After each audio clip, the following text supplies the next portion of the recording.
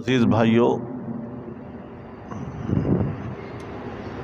اور جہاں تک میری آواز پہنچ رہی ہے، عزت مآب غیرت والی ایمان والی ماؤں، بہنوں، بیٹیوں، ذی الحج کا یہ چوتھا جمعہ ہے اور گزشتہ جمعۃ المبارک میں خلیفہ سوم، داماد پیغمبر، جامع القرآن، مظلوم مدینہ سیدنا عثمان بن عفان رضی اللہ تعالیٰ عنہ کی شان کے بارے میں کچھ عرض کیا تھا۔ آج کے خطبہ میں جو بات میں نے عرض کرنی ہے وہ سیدنا عثمان ذی النورین رضی اللہ تعالیٰ عنہ کا یوم شہادت ہے۔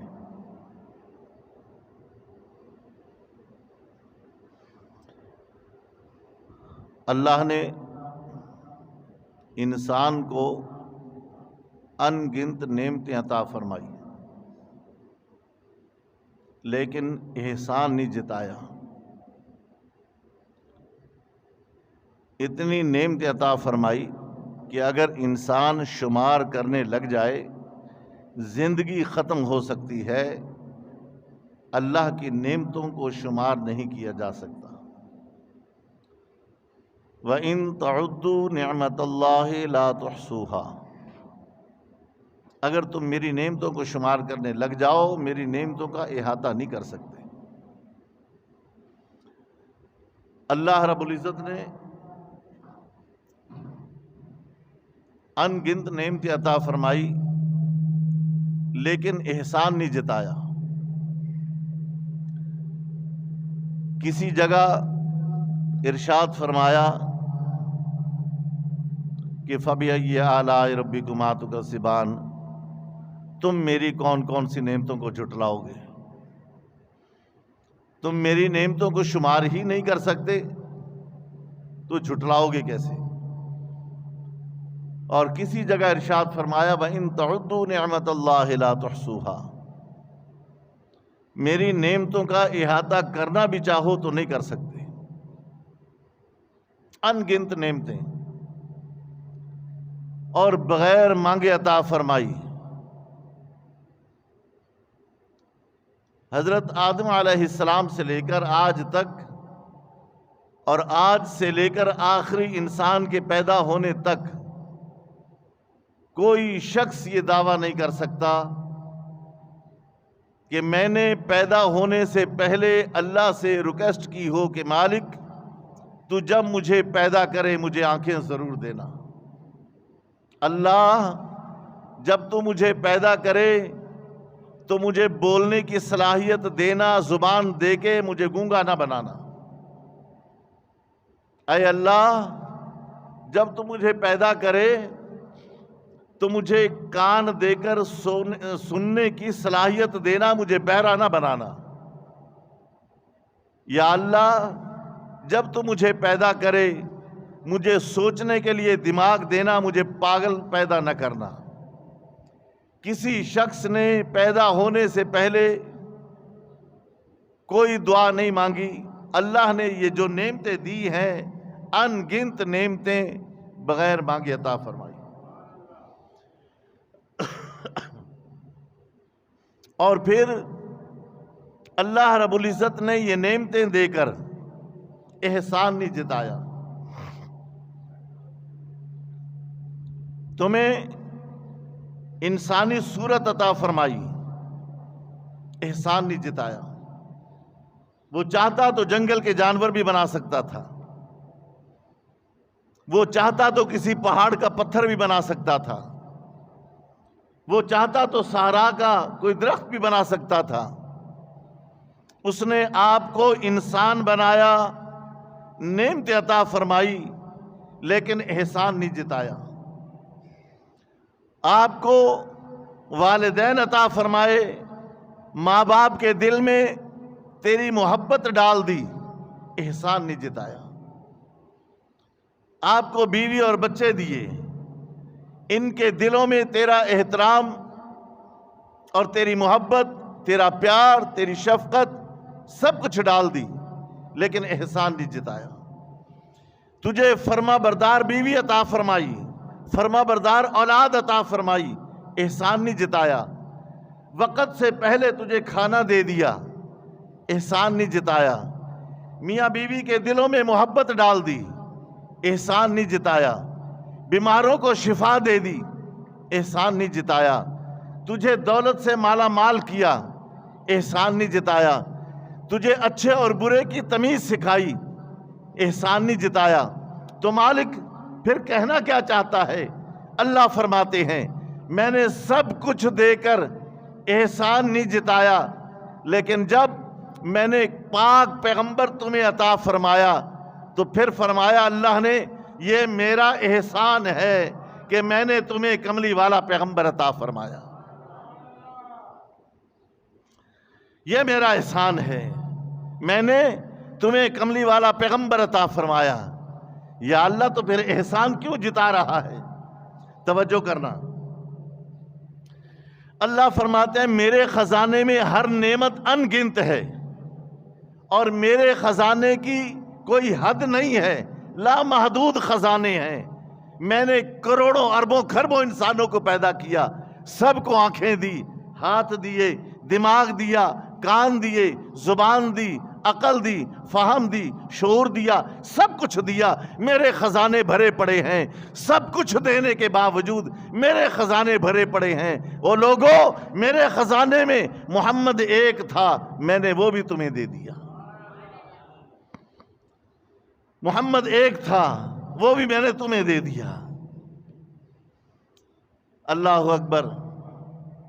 اب اس پیغمبر عربی، اس کملی والے پاک پیغمبر جناب محمد الرسول اللہ صلی اللہ علیہ وسلم کی شان بندہ بیان نہیں کر سکتا. امیر شریعت سید عطا اللہ شاہ بخاری رحمت اللہ علیہ سے کسی نے پوچھا شاہ جی کملی والے کی شان تو بیان کریں. تو شاہ جی نے جواب دیا میرے پاک پیغمبر کی شان بیان کرنا کسی انسان کے بس میں نہیں، کسی انسان کے بس میں نہیں. میرے نبی کی شان بیان کرنے کے لیے زبان صدیق اکبر کی چاہیے اور عمر جبریل امین کی چاہیے. اور جس پیغمبر خدا کی شان خود رب 23 سال میں بیان کرے، میں اور آپ 1 آدھ گھنٹے میں کیسے بیان کر سکتے ہیں؟ بس بات پھر یہاں ختم ہو جاتی ہے کہ بعد از خدا تو یہ قصہ مختصر. میرے پاک پیغمبر کی شان وہی بیان کر سکتا ہے جس نے میرے نبی کو شان عطا فرمائی ہے. یہ میرا احسان ہے، میں نے تمہیں محمد جیسا نبی عطا فرمایا.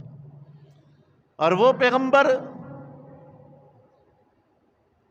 جس کے ہم امتی ہیں، جس کا ہم نام لیوا ہیں، جس کا ہم کلمہ پڑھنے والے ہیں، اس نبی کی وجہ سے اس امت کو جو انعام ملا اس کا تصور بھی میں اور آپ نہیں کر سکتے.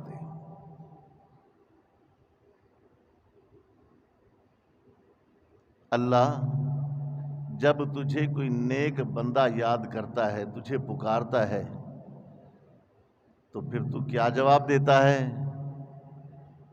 اللہ فرماتے ہیں جب مجھے بندہ یاد کرتا ہے میں فوراً کہتا ہوں لبیک، میرا بندہ بول. جس طرح کوئی بچہ روتا ہے، ماں دوڑ کر آتی ہے نا اور اپنے لال کو سینے سے لگاتی ہے، اسی طرح جب میرا بندہ مجھے پکارتا ہے میں فوراً کہتا ہوں لبیک، میرا بندہ بتا میں حاضر ہوں، کیا چاہیے، کیا مانگتے ہو؟ اللہ جب گناہگار پکارے،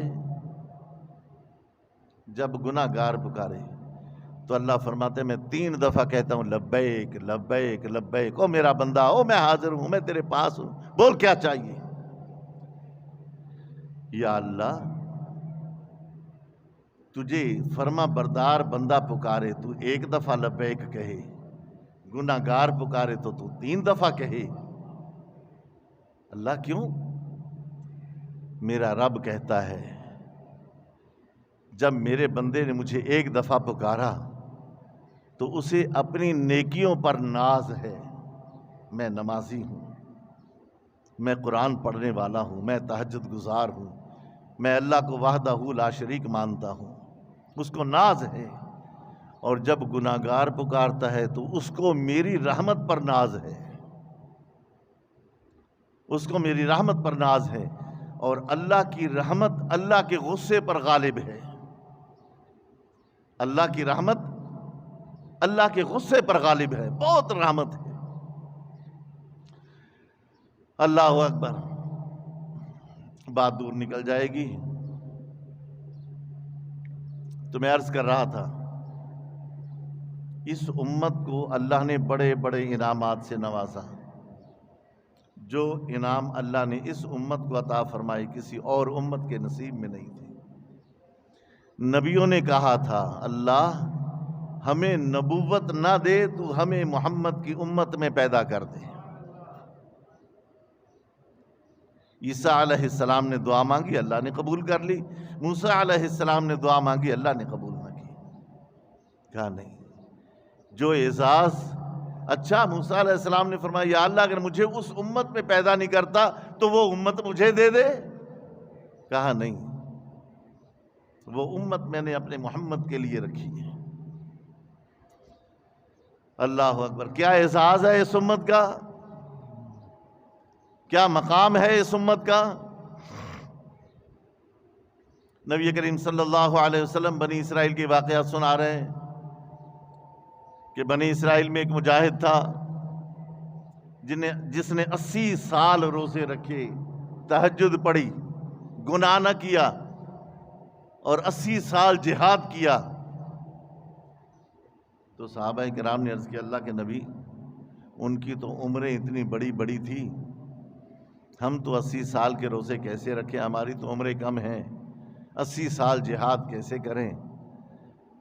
تو میرے پاک پیغمبر نے فرمایا لیلۃ القدر خیر من 1000 شہر، تمہاری 1 رات کی عبادت، لیلۃ القدر کی عبادت، لیلۃ القدر خیر من 1000 شہر، تمہاری لیلۃ القدر کی 1 رات کی عبادت ان کی ساری زندگی پر بھاری ہے۔ وہ ساری زندگی عبادت کرے، تمہاری 1 رات کی عبادت ہے۔ اللہ اکبر۔ جبریل امین نے عرض کیا مولا میں چاہتا ہوں میں تیری عبادت کروں۔ اچھا کر لے، نیت باندھ لی، 2 رکعت پڑھی جبریل امین نے، سجدے کیے، غالباً 40 ہزار سال کا ایک سجدہ، تو نماز میں کتنے ہزاروں سال لگے ہوں گے۔ اور جب مکمل کر چکے، ہزاروں سال گزر گئے، اللہ تیری عبادت کرنے میں بڑا مزہ آیا۔ میرا رب کہتا ہے جبریل ایک میرا نبی آئے گا، وہ آخری ہوگا، اس کا نام محمد ہوگا صلی اللہ علیہ وسلم، اور اس کی امت جب فجر کی 2 سنتیں پڑھے گی تو تیری اس عبادت سے بھی بڑھ جائے گی۔ فجر کی 2 سنتیں تیری، تو نے جو نماز پڑھی ہے نا ہزاروں سال مل کے، اس سے وہ فجر کی 2 سنتیں پڑھے گی تجھ سے بڑھ جائے گی۔ کیا انعام اعزاز عطا فرمایا اللہ نے اس امت کو۔ اللہ اکبر۔ اللہ نے ہمیں اپنا پاک پیغمبر عطا فرمایا اور پھر دے کر احسان جتایا۔ لقد من اللہ عن المؤمنین اذ بعث فیہم رسول، یہ میرا احسان ہے، یہ میرا احسان ہے کہ میں نے تمہیں اپنا پاک پیغمبر عطا فرمایا، کیونکہ اللہ کے خزانے میں بھی محمد ایک ہے، میرے پاک پیغمبر کا کوئی شریک نہیں۔ جس طرح اللہ اپنی ذات اور صفات میں وحدہ لا شریک ہے، اسی طرح میرا پاک پیغمبر بھی اپنی ذات اور صفات میں وحدہ لا شریک ہے۔ اللہ اکبر۔ تو میں نے عرض کیا تھا مسلمانوں کے پہلے خلیفہ سیدنا صدیق اکبر رضی اللہ تعالیٰ عنہ، مسلمانوں کے دوسرے خلیفہ سیدنا عمر بن خطاب رضی اللہ تعالیٰ عنہ، مسلمانوں کے تیسرے خلیفہ سیدنا عثمان غنی رضی اللہ تعالیٰ عنہ۔ اللہ اکبر۔ اور یہ بات ذہن میں رکھیں، میرا نبی کوئی کام نہیں کرتا جب تک کہ اللہ کا حکم نہ ہو۔ یہ بات ذہن نشین کر لے، نبی کوئی کام نہیں کرتا، بولتا بھی اللہ کی مرضی سے ہے۔ تو آپ صلی اللہ علیہ وسلم تشریف فرما ہے، سامنے سے سیدنا عثمان رضی اللہ تعالیٰ عنہ کا گزر ہوا۔ میرے محبوب نے دیکھا، عثمان ادھر آؤ۔ عثمان آ گئے۔ عثمان، مجھے میرے رب کا حکم ہے کہ میں اپنی بیٹی رقیہ کا نکاح تیرے ساتھ کر دوں۔ عثمان نے یہ نہیں کہا اللہ کے نبی اچھی بات ہے، میں مشورہ کر رہا ہوں کسی سے، میں بھی پوچھ تاچھ کر لوں، نہیں۔ محبوب کہے پھر تو گنجائش ہی نہیں، اگر کوئی گنجائش نکالے پھر وہ صحابی نہیں۔ تو سیدنا عثمان بن عفان رضی اللہ تعالیٰ عنہ فرمانے لگے، اللہ کے محبوب، اس سے بڑی خوش نصیبی کیا ہوگی، اس سے بڑی خوش قسمتی کیا ہوگی۔ محبوب نے اپنی بیٹیوں کا نکاح خود پڑھایا۔ اب توجہ کریں، سیدہ رقیہ رضی اللہ تعالیٰ عنہ، یہ سیدہ خدیجہ الکبریٰ کی بیٹی ہیں، میرے پاک پیغمبر کی بڑی سے چھوٹی بیٹی ہیں۔ نبی کریم صلی اللہ علیہ وسلم، آپ بھی کہہ دیں لیکن بلند آواز سے کہیں اور دل سے کہیں، صلی اللہ علیہ وسلم، اللہ کے محبوب نے اپنی بیٹی رقیہ کا نکاح سیدنا عثمان سے کر دیا، اور جہیز کے طور پر ہر ماں باپ کی خواہش ہوتی ہے نا، میں اپنی بیٹی کو جہیز دوں، یہ بھی دے دوں، یہ بھی دے دوں، لیکن کملی والے پیغمبر صلی اللہ علیہ وسلم علیہ وسلم نے فرمایا، خدیجہ، گھر کے اندر اگر کوئی چیز ہے تو لے آؤ، رقیہ کو جہیز کے طور پر دے دیں۔ اور جب سیدہ خدیجہ الکبریٰ رضی اللہ تعالیٰ عنہا سلام اللہ علیہا صلوات اللہ علیہا کا نکاح میرے پاک پیغمبر کے ساتھ ہوا تھا، پورے عرب کے اندر سیدہ خدیجہ سے امیر کوئی نہیں تھا، سب سے زیادہ مالدار، سب سے زیادہ امیر ترین پورے عرب میں سیدہ خدیجہ الکبریٰ رضی اللہ تعالیٰ عنہا۔ اللہ اکبر۔ میرے پاک پیغمبر کے نکاح سے پہلے سیدہ خدیجہ الکبریٰ کے خیمے کی رسیاں سونے کے کیلوں کے ساتھ باندھی جاتی تھی۔ اللہ اکبر۔ اور جب سیدہ خدیجہ الکبریٰ کا نکاح ہوا، آپ دلہن بن کر میرے پاک پیغمبر کے گھر میں آ گئی۔ سہاگ رات والی رات، ایمان والو، سہاگ رات والی رات سیدہ خدیجہ الکبریٰ دلہن بن کے میرے پاک پیغمبر کے کمرے میں آئی، اور میرے پاک پیغمبر صلی اللہ علیہ وسلم سہاگ رات والی رات سیدہ خدیجہ الکبریٰ سلام اللہ علیہا سے بات کرنے سے پہلے اپنی پیشانی پر پکڑ کر بیٹھ گئے اور بڑے پریشان ہو گئے۔ سیدہ خدیجہ الکبریٰ رضی اللہ اللہ تعالیٰ عنہ فرماتی ہیں اللہ کے لاڈلے پیغمبر او محمد صلی اللہ علیہ وسلم، خیر تو ہے نا؟ اللہ کے محبوب آپ کو خوشی نہیں ہوئی؟ میں آپ کی دلہن بن کر آپ کے گھر آ گئی ہوں۔ ایمان والو، اس وقت میرے پاک پیغمبر نے نبوت کا اعلان نہیں کیا تھا۔ میرے پاک پیغمبر کی عمر مبارک 25 سال اور سیدہ خدیجہ الکبریٰ کی عمر 40 سال۔ میرے پاک پیغمبر نے نبوت کا اعلان نہیں کیا تھا۔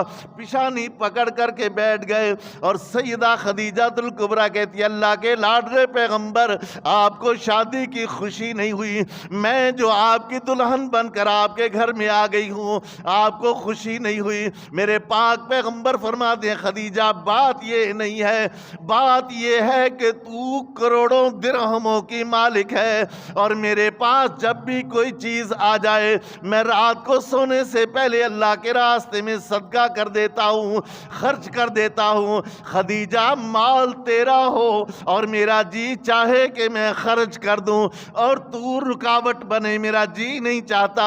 سیدہ خدیجہ الکبریٰ فرماتی ہیں اللہ کے لاڈلے پیغمبر، میں نے تو اللہ سے دعا مانگ مانگ کے آپ کو حاصل کیا ہے، جب میں آپ کے نکاح میں آ گئی تو سارا مال آپ کا ہو گیا، آپ صدقہ کریں، خیرات کریں، مجھے کوئی اعتراض نہیں ہے۔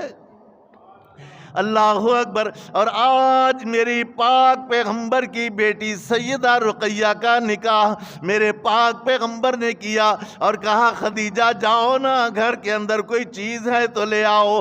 سیدہ خدیجہ الکبریٰ رضی اللہ تعالیٰ عنہا فرماتی ہیں میں نے اپنے پاک پیغمبر کے گھر میں نگاہ ڈالی، مجھے ایک ہار یاقوتی پتھروں کا نظر آیا، یاقوتی پتھروں کا ایک ہار نظر آیا۔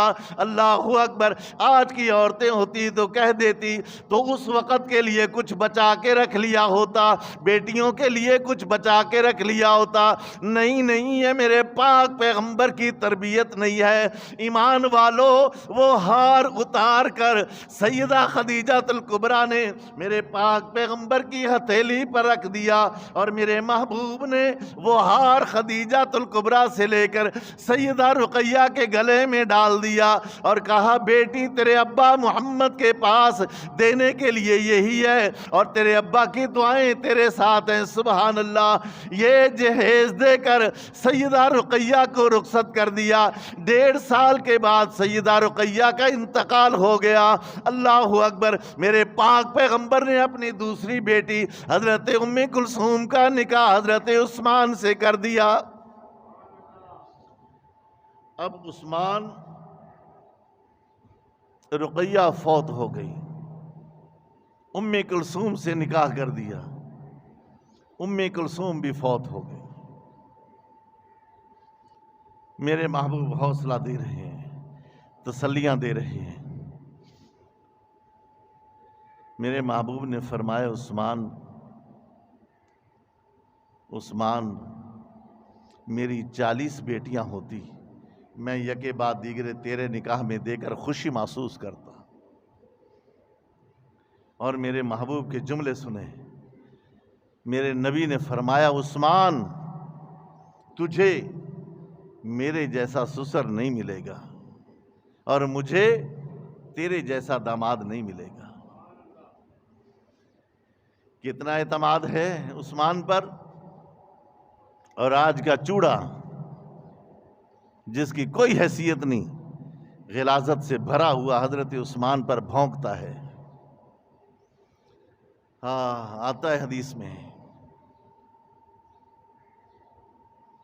حشر کے دن، حساب کتاب والے دن، 50,000 سال والا دن، حضرت عثمان اپنا سر اٹھا کر اپنے ہاتھوں میں اللہ کے عرش کے سامنے آئیں گے، مالک تیرے پیغمبر نے کہا تھا کہ مسجد نبوی چھوٹی پڑ گئی ہے، نمازی زیادہ ہے کوئی جو زمین خرید کر مسجد کے لیے وقف کرے؟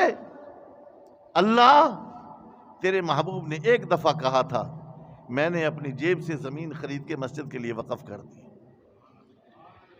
تیرے محبوب نے کہا تھا ہے کوئی جو کنواں خرید کر مسلمانوں کے لیے وقف کرے، میں نے دوسری بات نہیں کی، میں نے رقم لا کے تیرے پاک پیغمبر کی جھولی میں ڈال دی اور کنواں خرید کر مسلمانوں کے لیے وقف کر دیا۔ اللہ تو نے سلام بھیجے، تیرے پیغمبر کی 2 بیٹیاں میرے نکاح میں، تو میرے ساتھ یہ ظلم کیوں ہوا؟ میرے ساتھ ظلم کیوں ہوا؟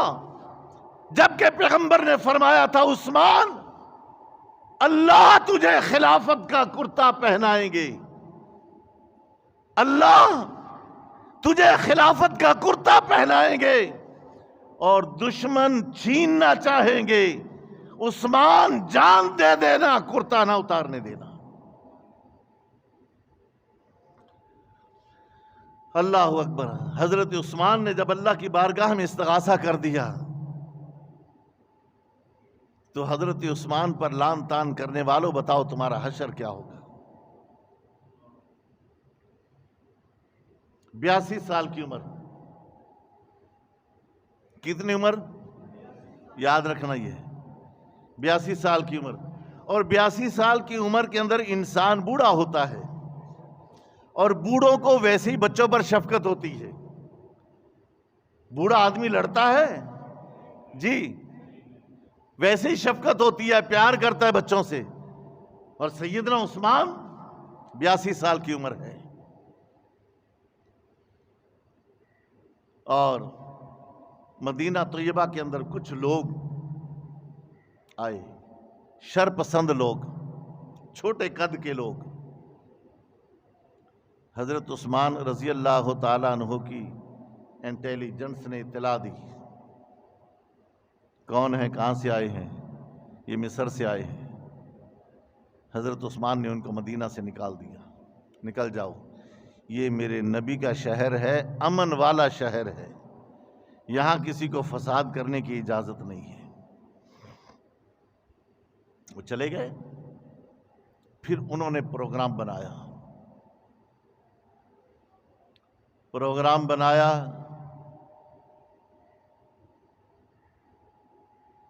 ٹائم طے کیا کہ ذی الحج کے اندر، اسی مہینے میں مدینہ طیبہ سے لوگ حج کے لیے مکے چلے جائیں گے۔ حج کہاں ہوتا ہے؟ بولو سارے جی، کہاں ہوتا ہے حج؟ بلند آواز سے بولو۔ حج ہوتا ہے مکہ شریف میں۔ کہاں ہوتا ہے؟ لیکن آج 7 شریف میں بھی ہو رہا ہے، بلوچستان میں بھی ہو رہا ہے، تھرپارکر میں بھی ہو رہا ہے، کئی جگہوں پر لوگ حج کر رہے ہیں، مصنوعی بیت اللہ بنا کر اس کا طواف کر رہے ہیں، اور کچھ ہمارے کراچی میں بھی شروع ہوتا جا رہا ہے۔ ربیع الاول آئے گا، بیت اللہ کا ماڈل بنا کے اس کا طواف کیا جائے گا۔ طواف کس کا حق ہے؟ بولو۔ طواف حق ہے بیت اللہ کا، اور بیت اللہ دنیا میں ایک ہے، 2 نہیں۔ بیت اللہ دنیا میں 2۔ پروگرام بنایا انہوں نے، سارے لوگ مدینہ طیبہ سے وہاں چلے جائیں گے، اور ہم جا کے اقتدار پہ قبضہ کر لیں گے۔ ذی الحج کا مہینہ آ گیا، لوگ آئے ذی قعد کے اندر،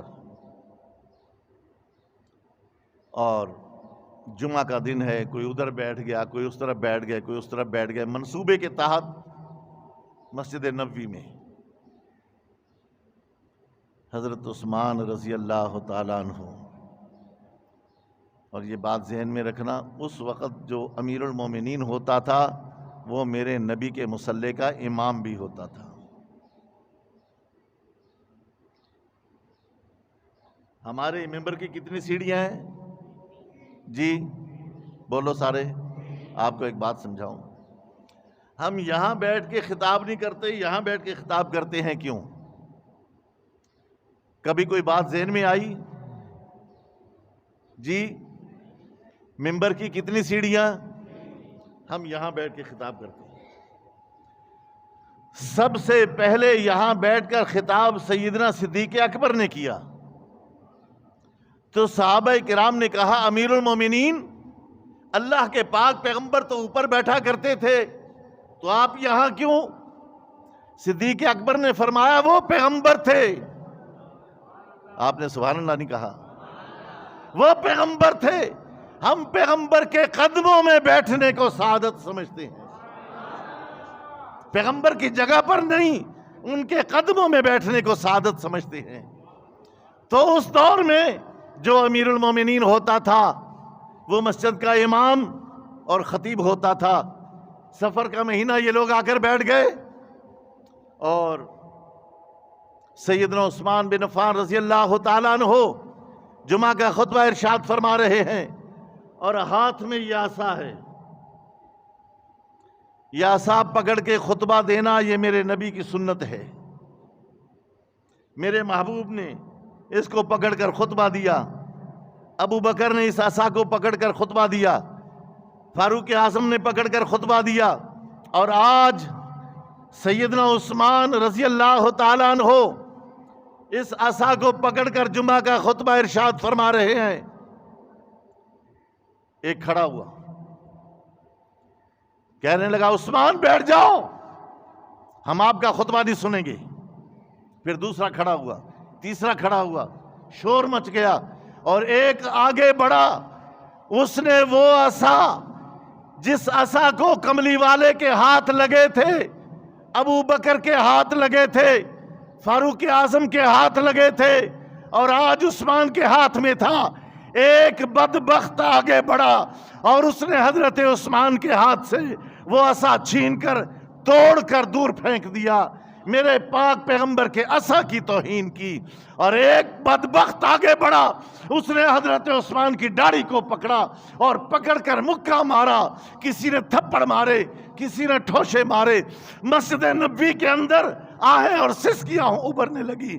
مسجد نبوی کے اندر شور مچا، اور اسی غلغلے کے اندر، اسی شور کے اندر حضرت عثمان رضی اللہ تعالیٰ عنہ نے جمعہ کی نماز پڑھائی. اور لیکن زخمی ہو چکے تھے، خون آلود کپڑے ہو چکے تھے، جسم خون آلود ہو چکا تھا. اور جو بچے کچے مسلمان صحابہ کرام حضرت عثمان کو لے کر گھر میں چلے گئے.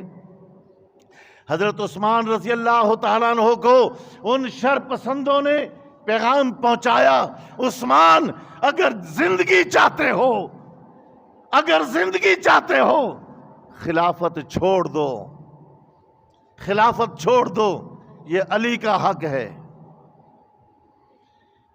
عثمان رضی اللہ تعالیٰ عنہ کے نزدیک اپنی جان سے زیادہ عزیز پیغمبر کا حکم تھا. اپنی جان سے زیادہ عزیز پیغمبر کا فرمان تھا. اور کملی والے نے فرمایا تھا عثمان اللہ تجھے خلافت کا کرتا پہنائیں گے، دشمن اتاریں گے، عثمان جان دے دینا، کرتا نہ اتارنے دینا. یہ عثمان کو خلافت کسی چودھری نے دی تھی، وڈیرے نے، مدینہ والوں نے؟ یہ تو رب نے دی تھی. اور پیغمبر نے کہا تھا. حضرت عثمان اپنے گھر میں مسجد نبوی کے اندر جو صحابہ کرام سہم گئے، سارے تو حج پر چلے گئے.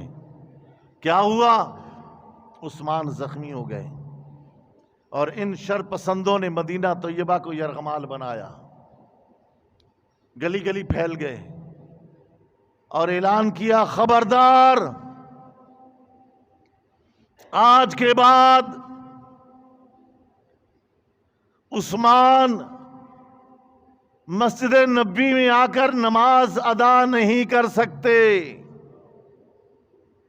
اعلان کر دیا.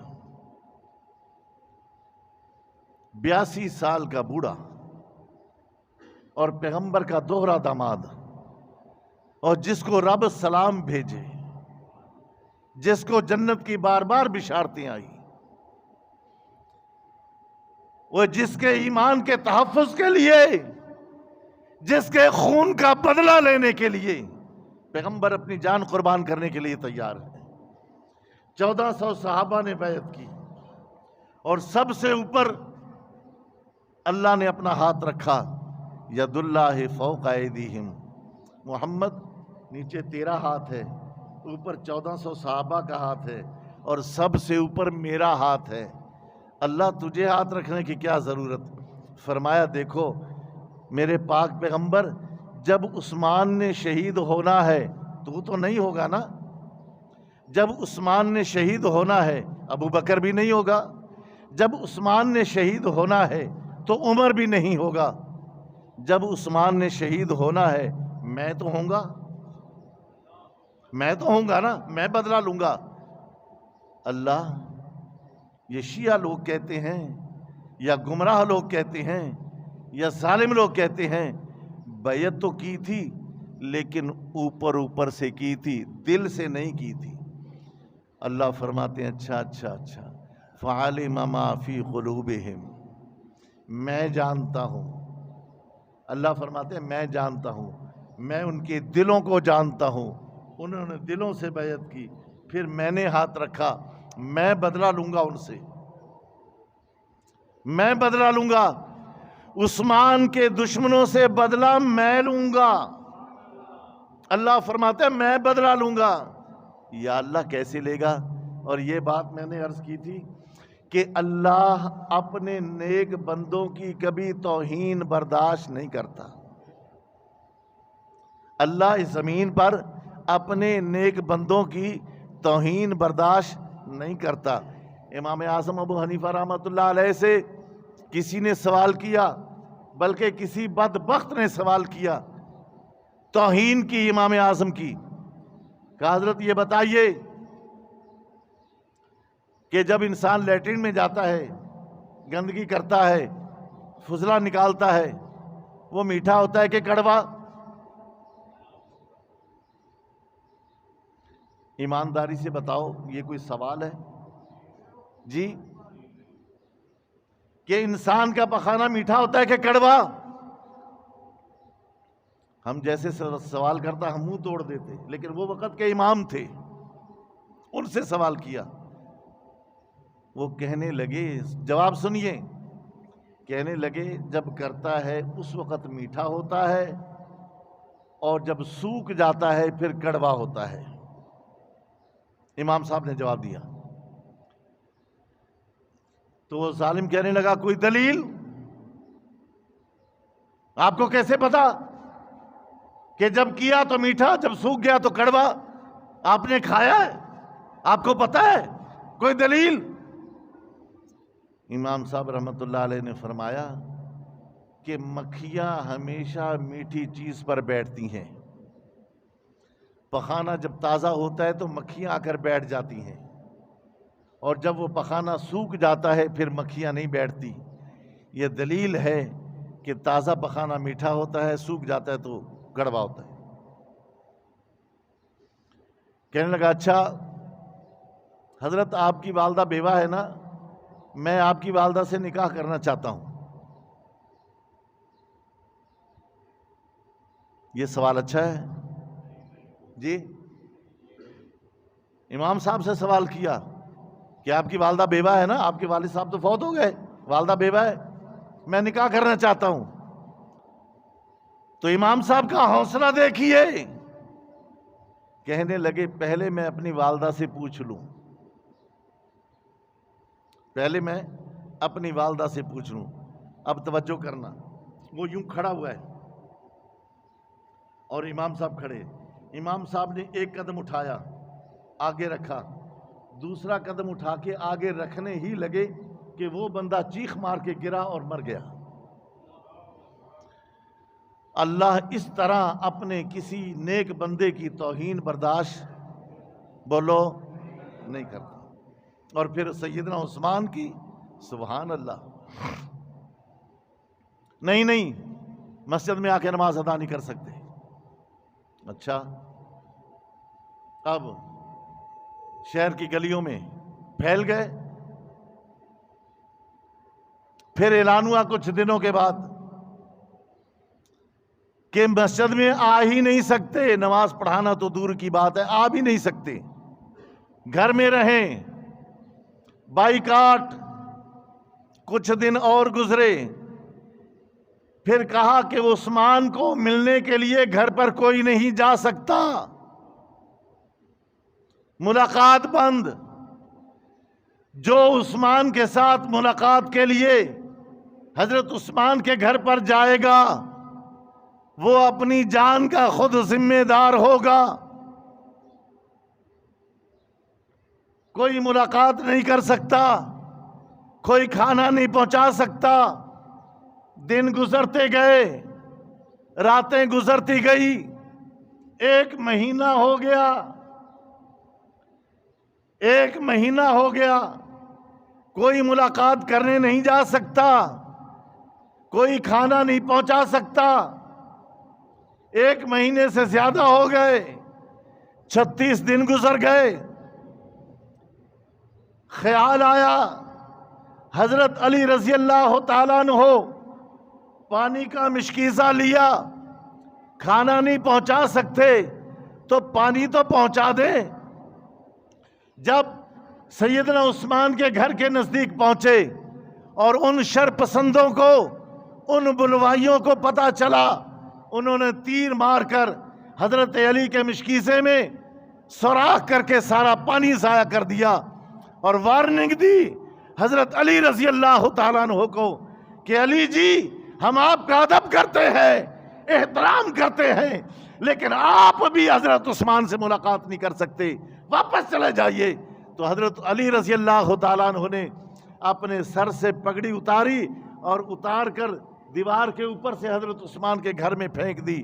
گویا کہ یہ پیغام تھا کہ عثمان بھائی میں آیا تھا لیکن دشمن آڑے آ گئے، پانی نہ پہنچا سکا، واپس جا رہا ہوں۔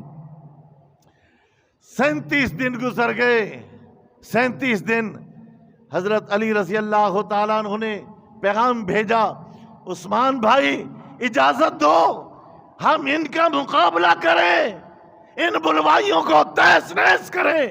اللہ نے مجھے شیر خدا بنایا ہے، حیدر کرار ہوں، پاک پیغمبر کے ہاتھ سے تلوار ملی ہے، میں علی ہوں، مجھے اجازت دو میں ان کا مقابلہ کروں، صحابہ ان کا مقابلہ کریں۔ حضرت عثمان رضی اللہ تعالیٰ عنہ فرماتے ہیں علی بھائی بات تیری ٹھیک ہے، لیکن میں نہیں چاہتا کہ میرے پاک پیغمبر کے شہر میں میری وجہ سے خون خرابہ ہو، میرے نبی کے شہر میں ان نالیوں میں ندیوں میں میری وجہ سے خون بہے، میں اس کی اجازت نہیں دیتا۔ حضرت علی رضی اللہ تعالیٰ عنہ اپنے گھر میں گئے، حضرت حسن اور حضرت حسین اور حضرت طلحہ سے کہا جاؤ تمہارے چچا کی جان کی حفاظت کرو، دروازے پر بیٹھ کر چوکیداری کرو، کوئی دشمن آنا چاہے، حسن حسین طلحہ جان دے دینا، دشمن کو عثمان تک نہ پہنچنے دینا۔ یا حسین کا نعرہ لگانے والوں، حضرت علی نے حضرت حسن اور حسین سے کہا تھا جان دے دینا، دشمن کو عثمان کے پاس نہ پہنچنے دینا۔ آج 38واں دن ہے، حضرت عثمان رضی اللہ تعالیٰ عنہ اپنی چھت پر چڑھ گئے اور کہا آؤ بلوائیو، آؤ مدینہ کے لوگوں، میں تم سے کچھ بات کرنا چاہتا ہوں۔ لوگ اکٹھے ہو گئے، شر پسند آ گئے، بلوائی آ گئے، دشمن آ گئے۔ حضرت عثمان رضی اللہ تعالیٰ عنہ فرماتے ہیں بتاؤ تم نے مجھے پہچانا کہ نہیں؟ میں عثمان ہوں۔ اللہ کے پاک پیغمبر نے اپنی بیٹی رقیہ کا نکاح میرے ساتھ کیا تھا، رقیہ فوت ہو گئی، ام کلثوم کا نکاح کیا تھا، ام کلثوم فوت ہو گئی۔ پیغمبر نے کہا تھا کہ اگر میری 40 بیٹیاں ہوتی میں یکے بعد دیگرے تجھے دیتا، میں وہی عثمان ہوں۔ اور اللہ کے پاک پیغمبر نے اعلان کیا تھا کہ مسجد نبوی چھوٹی ہے کوئی جو زمین خرید کر مسجد کے لیے وقف کر دے، میں وہی عثمان ہوں جس نے مسجد کے لیے جگہ وقف کی تھی۔ ظالموں، میری خریدی ہوئی جگہ سے آج مجھے نماز پڑھنے سے روکتے ہو۔ وہ کنواں جو مسلمانوں کے لیے میں نے خرید کر وقف کیا تھا، آج اس کنویں پر میرے پانی پینے پر پابندی لگا رکھی ہے۔ میں وہی عثمان ہوں جس پر اللہ نے سلام بھیجے۔ بتاؤ میں وہی عثمان ہوں کہ نہیں؟ دو شرپسند کہنے لگے، بلوائی کہنے لگے، ہاں ہاں ہم جانتے ہیں تم وہی عثمان ہو، لیکن بس خلافت سے انکار کر دو، علی کو خلافت دے دو۔ حضرت عثمان فرماتے ہیں مجھے میرے پاک پیغمبر نے کہا تھا عثمان اللہ تجھے خلافت کا کرتا پہنائے گا، دشمن چھینیں گے، دشمن اتاریں گے، عثمان جان دے دینا، خلافت کا کرتا نہ اتارنا۔ میں پیغمبر کا فرمان کیسے ٹھکرا سکتا ہوں؟ اللہ اکبر۔ کسی بات کا اثر نہ ہوا تو حضرت عثمان نیچے آ گئے، گھر میں آ گئے۔ آج 39واں دن ہے۔ کتنا؟ بولو نا۔ کھانا نہیں کھایا، پانی نہیں پیا، 39واں دن ہے۔ ہائے، کربلا میں 3 دن پانی بند رہا، پوری دنیا کے اندر شور اٹھتا ہے، اور عثمان جو حسین کا سگا خالو ہے، حضرت امام حسین کا سگا خالو ہے، وہ عثمان جس پر 40 دن پانی بند رہا، اس کا کوئی نام لیوا نہیں۔ ہاں، علماء کرام کہتے ہیں کہ حضرت علی نے حضرت حسن اور حسین کو بھیج دیا، جاؤ دروازے پر بیٹھ کر پہرا دو، لیکن میرے لفظوں میں حضرت علی نے کہا ہوگا حسن حسین بیٹا وہاں جاؤ، وہاں سے تربیت حاصل کرو کہ بھوکا رہ کر کیسے گزارا کیا جاتا ہے، پیاسا رہ کر کیسے گزارا کیا جاتا ہے۔ حضرت عثمان بھوکے اور پیاسے ہیں، نماز نہیں چھوڑی، قرآن کی تلاوت نہیں چھوڑی۔ عثمان بھائی کیسے گزارا کرتے ہو؟ فرمایا جب بھوک لگتی ہے تو میں نماز پڑھتا ہوں، جب پیاس لگتی ہے قرآن پڑھ لیتا ہوں۔ ہائے حسین تم بھی سیکھ لے، تیرے اوپر یہ وقت آنے والا ہے، تجھے بھی کھانا نہیں ملے گا، تجھے بھی پینا نہیں ملے گا، اسی طرح تو نے بھی نماز پڑھنی ہے، اسی طرح تو نے بھی قرآن پڑھنا ہے۔ حضرت حسین نے یہ ساری چیزیں حضرت عثمان سے سیکھی۔ آج 40واں دن ہے۔ کون سا دن؟ بولو نا سارے۔ آج 40واں دن ہے، کھانا پینا بند ہے، لیکن جب سو کر اٹھے نماز پڑھی، بڑے حشاش بشاش، چہرے پر رونق ہے، خوشیاں ہیں۔ بیوی پریشان ہوئی، بی بی نائلہ پوچھتی ہے عثمان جی آج آپ بڑے خوش ہیں، کیا ہوا؟ کوئی رہائی آ گئی ہے، یا کوئی صلح ہو گئی ہے، یا کوئی بات بن گئی ہے؟ حضرت عثمان کہنے لگے نہیں، آج میرے پاک پیغمبر کا دیدار ہوا ہے، آج میرے نبی کا دیدار ہوا ہے، اور میرے پاک پیغمبر نے فرمایا ہے عثمان 40 دن ہو گئے تیرا کھانا پینا بند ہے، اور دیکھ تو نے 40 دن کا روزہ رکھا ہوا ہے۔ عثمان اگر تو کہے تو میں بد دعا کروں، اللہ ان بلوائیوں کو، شر پسندوں کو، دہشت گردوں کو، ان ظالموں کو اللہ تباہ و برباد کر دے، اور اگر کہے تو پھر تو نے روزہ رکھا ہوا ہے نا، 40 دن ہو گئے ہیں، تو میں نے جنت کے اندر دسترخوان سجا رکھا ہے، آج شام کو روزہ ہمارے ساتھ افطار کرنا۔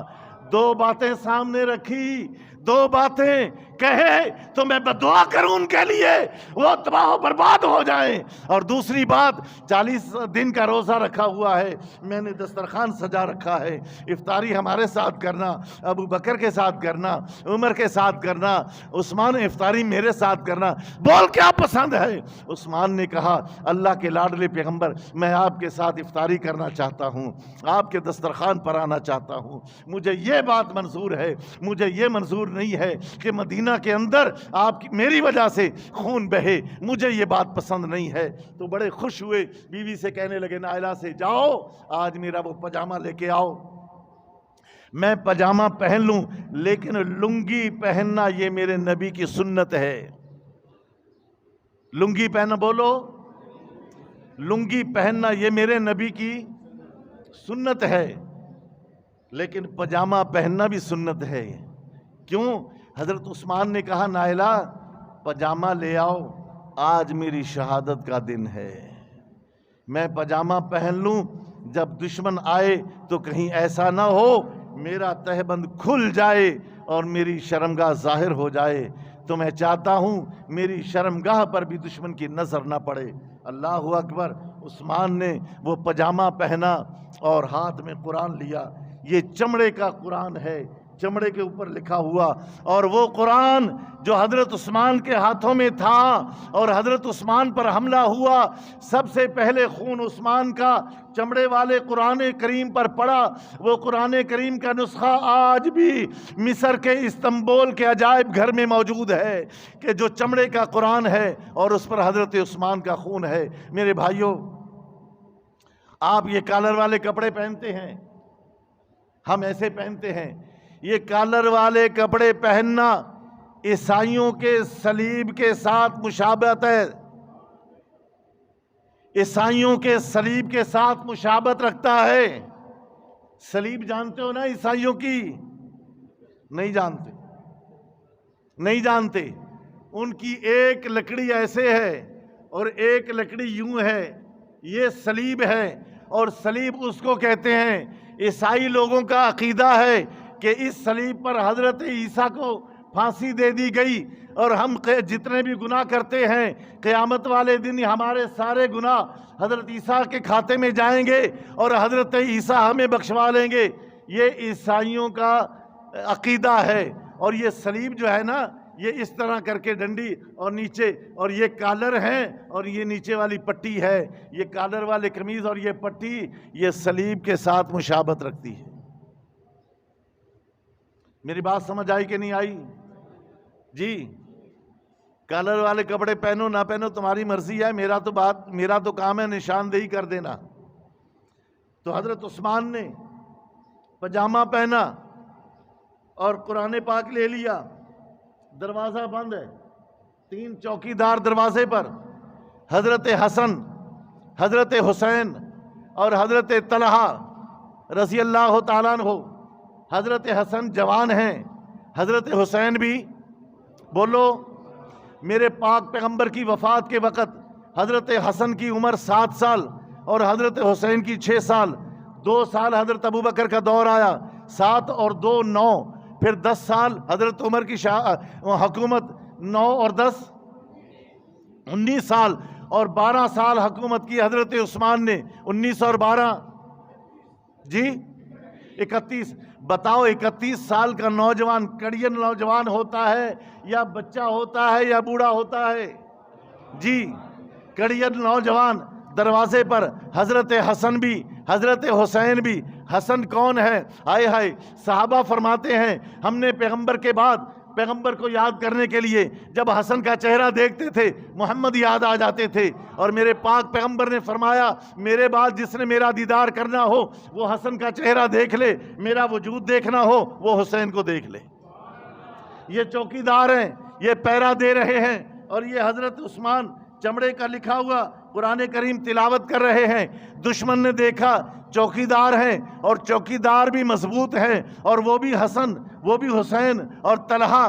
دشمن نے کیا کیا؟ پیچھے سے دیوار پھلانگ کر آئے، اور سب سے پہلے جو دشمن آیا اس بے غیرت نے آتے ہی سب سے پہلے ٹھڈا مار کر حضرت عثمان کے ہاتھوں میں جو قرآن تھا، قرآن کو ٹھڈا مارا اور قرآن کریم دور جا گرا، اور حضرت عثمان اٹھے اس قرآن کو اٹھانے کے لیے، اس نے لوہے کی لٹھ ماری، سریا مارا، اور یہاں سے خون کا پھوارا نکلا، اور وہ خون حضرت عثمان کا سب سے پہلے قرآن کریم پر پڑا۔ اور میں کہا کرتا ہوں کہ جس کا خون گرا ہو وہ جگہ اس کے شہادت کی گواہی دے گی۔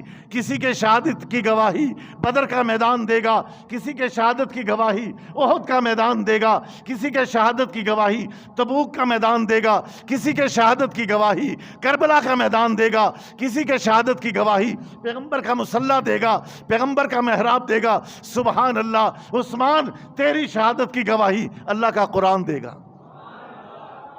قرآن کریم کو اٹھایا، خون کا پھوارا سینے سے لگایا۔ وہ عثمان نے قرآن کو سینے سے لگایا اور قرآن نے عثمان کو سینے سے لگایا۔ سبحان اللہ. انہوں نے لٹھ ماری, حضرت عثمان کے سر سے خون کے پھوارے نکلنے شروع ہو گئے. ایک نے ڈاڑھی آ کر نوچی, کسی نے ٹھونسے مارے, کسی نے مکے مارے, اور ایک بدبخت آگے بڑھا. حضرت بی بی نائلہ بیٹھی ہوئی ہے, وار روکنے کے لیے میرے شوہر پر ظلم نہ کرو. اس نے خنجر مارا, بی بی نائلہ کی انگلیوں کے پورے کٹ گئے. حضرت عثمان نے اپنی آنکھوں سے دیکھا کہ میری عزت پر حملہ ہو گیا ہے. آسمان پر دیکھا, اے نیلی چھت والے, اپنی جان تو دے سکتا ہوں, ایک عثمان نہیں کروڑوں عثمان قربان کر سکتا ہوں, لیکن میری بیوی پر حملہ, میری عزت پر حملہ. عرش والے تو دیکھ رہا ہے نا, اللہ ان کے ہاتھ کو لوہے کا بنا دے, ان کے ہاتھ کو لکڑی کا بنا دے, اللہ ان پر عذاب نازل کر دے. ہائے ہائے, عثمان کے سینے سے قرآن چپٹا ہوا ہے اور حضرت عثمان شہید ہو گئے. انا للہ و انا الیہ راجعون. وہ ظالموں نے پتہ چلا, اعلان کر دیا, عثمان شہید ہو گئے. حضرت علی رضی اللہ تعالیٰ عنہ کو پتہ چلا, دوڑ کر آئے, حسن کے منہ پر تھپڑ مارا, حسین کے منہ پر تھپڑ مارا. تمہارے چچا شہید ہو گئے, تمہیں بٹھایا کس لیے تھا, کیسے چوکیداری کی, کیسے حفاظت کی. وہ کہنے لگے, ابا جی ہم تو دروازے پر بیٹھے تھے, دشمن تو پیچھے سے پھلانگ کے آیا.